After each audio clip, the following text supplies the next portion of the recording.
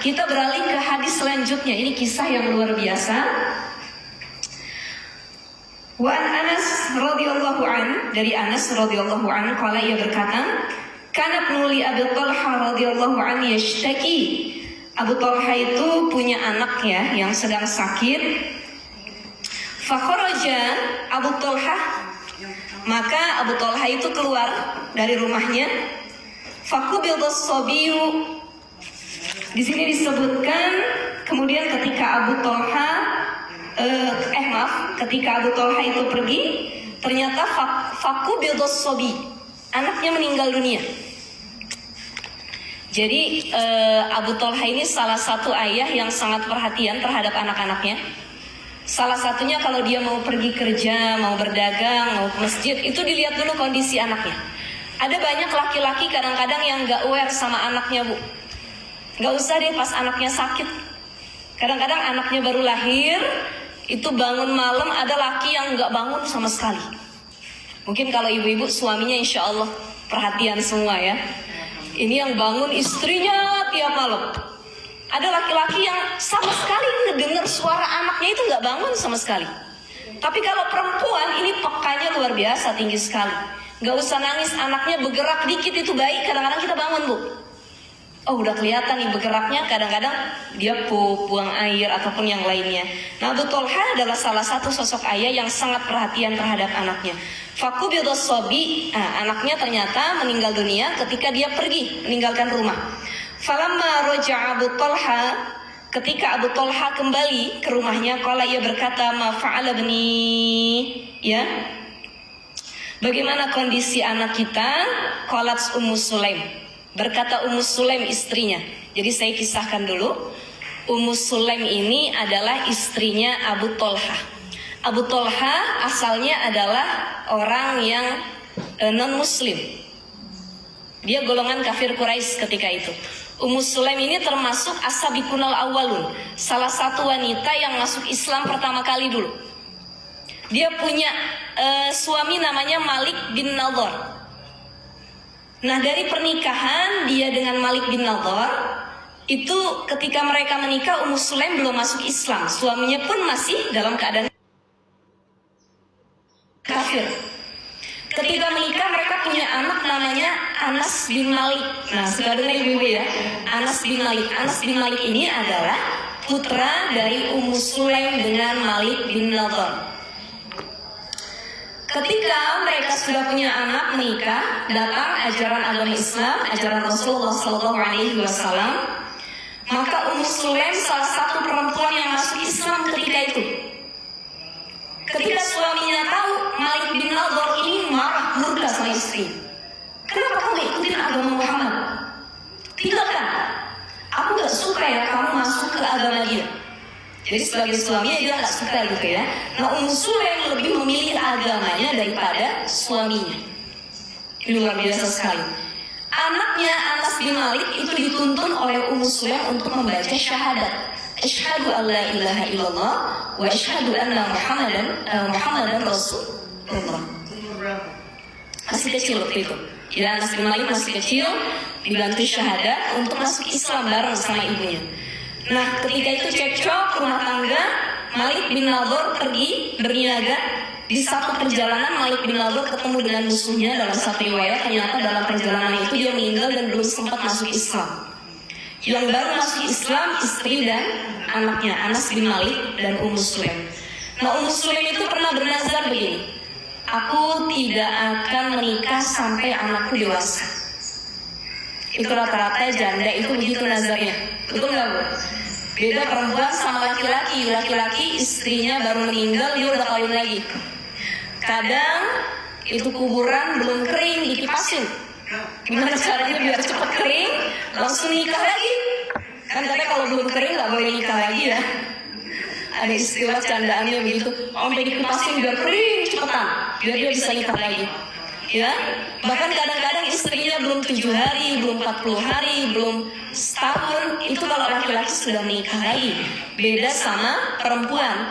Kalau perempuan, dia mau nikah lagi mikir, betul nggak, Bu? Punya anak kecil, aduh ya Allah.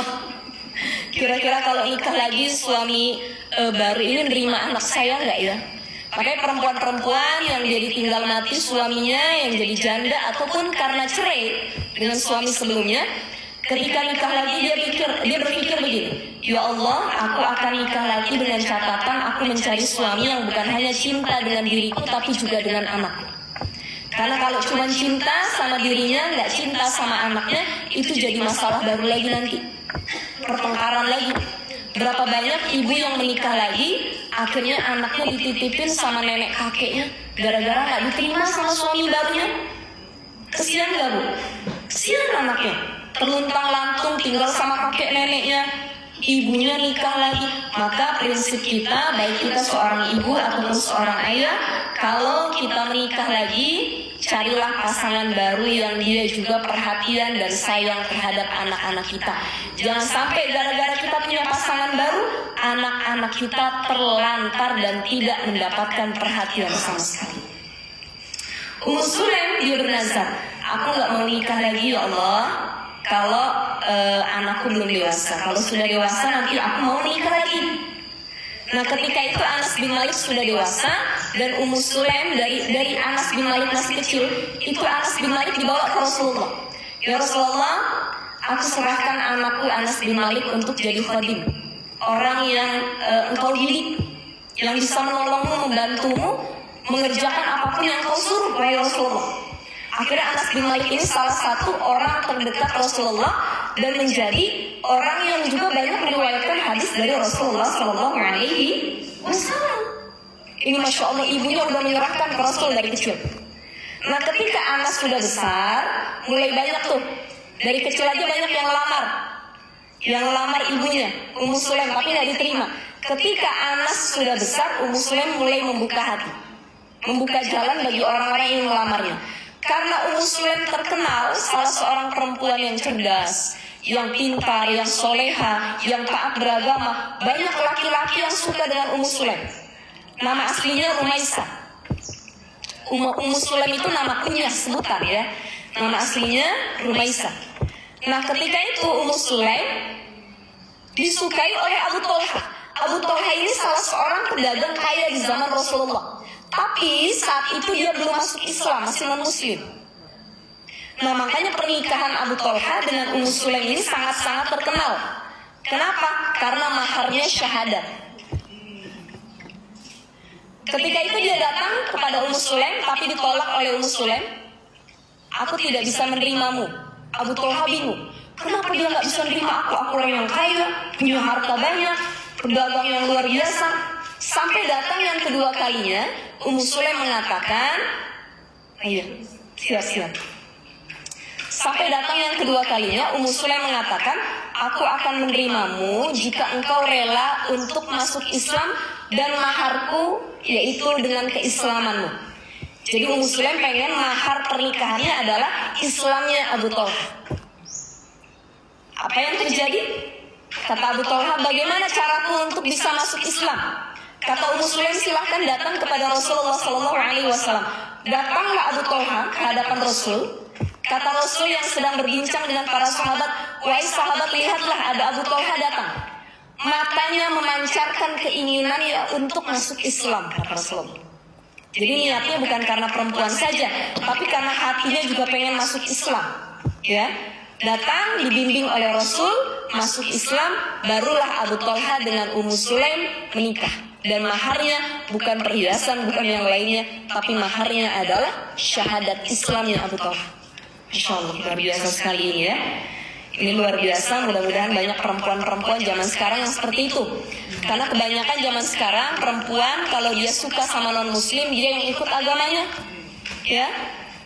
Makanya kalau misalkan ada laki-laki non-muslim suka sama anak kita, ya boleh-boleh saja dengan catatan dia harus mengikuti agama kita Islam. Bukan kita yang ikut agama dia. Kalau memang tidak ada yang mau mengalah salah satunya, ya udah, dikat aja, diakhirin hubungannya. Jangan sampai kita menggadaikan akidah ataupun agama kita. Toleransi boleh, tapi dalam hal akidah itu dilarang dan tidak diperbolehkan.